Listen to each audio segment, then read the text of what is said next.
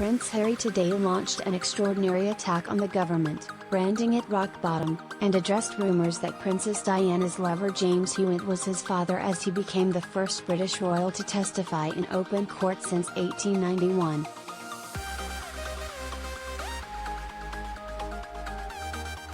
The Duke of Sussex lambasted number 10 as part of his historic appearance in the witness box at the High Court in London this morning, and also referred to Paul Burrell as a two-faced ass.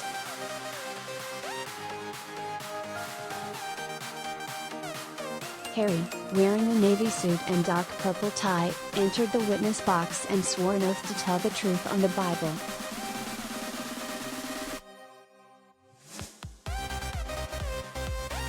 In an astonishing trashing of the convention that royals avoid meddling in politics, Harry raged about the state of our press and our government, both of which I believe are at rock bottom.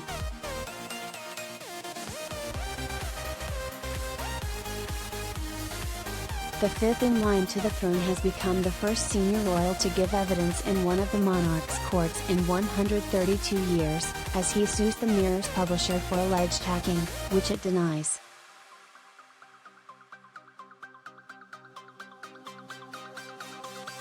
And as the world was captivated by Harry's landmark appearance, he used his pulpit beneath the High Court coat of arms of his father the Sovereign to claim.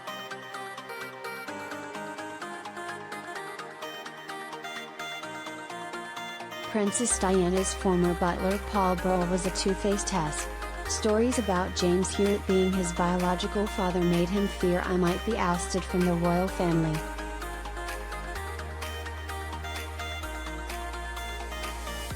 He worried he would be expelled from Eden for taking drugs. Diana's supposed paranoia mirrored his own fears of friends betraying him.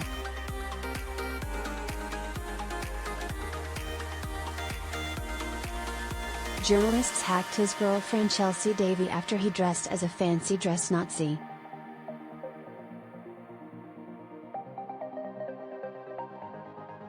Horrific personal attacks and intimidation on him and Meghan were allegedly made by former editor Piers Morgan.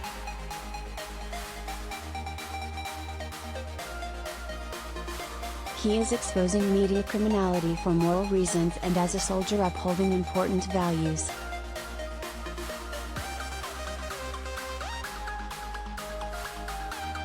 The Duke, dressed in a white shirt, purple tie, and navy blue suit, arrived in a black Range Rover at the Royal Courts of Justice's modern wing, the Rolls building.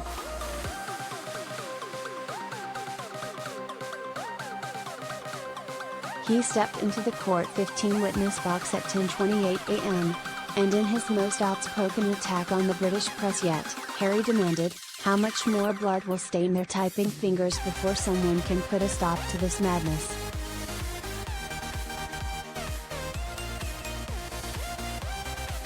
The 38-year-old prince proclaimed he was motivated by wanting to save journalism as a profession.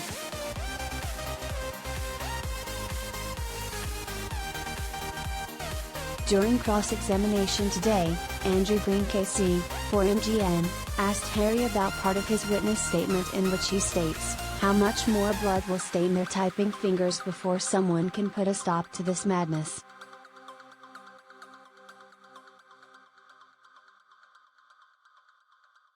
Mr. Green asked if the Duke meant blood on their hands in relation to a specific article, and further asked him what he meant by it.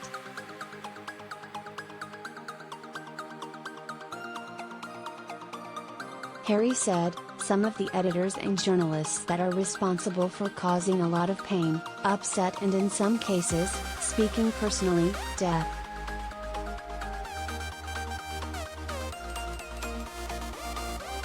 He then said his reference to blood on their hands was more boldly towards the press in general, adding, "I haven't named the journalists in that particular paragraph."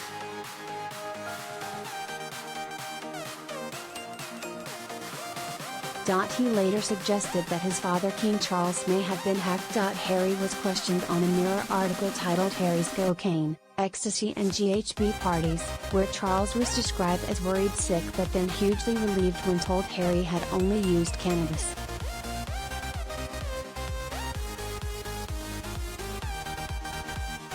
Harry said these words were attributed to his father as quotes. But Andrew Green, representing MGN, denied this, saying it was a description of feelings.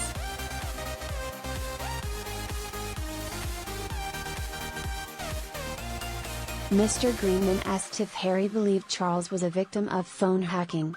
He said, "Potentially unlawful information gathering, yes."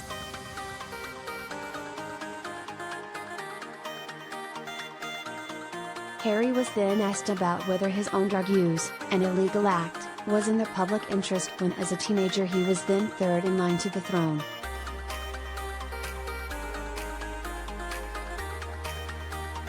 He is now fifth in line. Suggesting it was not, he said, "There's a difference between public interest, and what interests the public."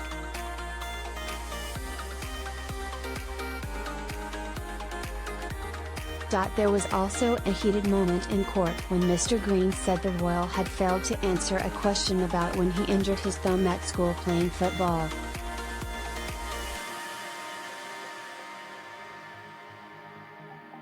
The Casey asked if he thought the story came from phone hacking or unlawful information gathering.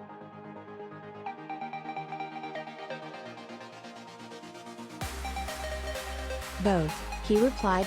Pressed on which phone would have been hacked, the prince said he can't be sure.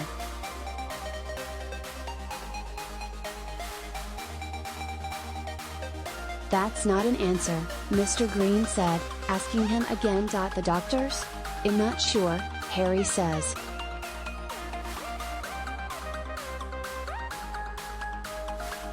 Mr. Green then hit back, "Are we not, Prince Harry, in the realms of total speculation?"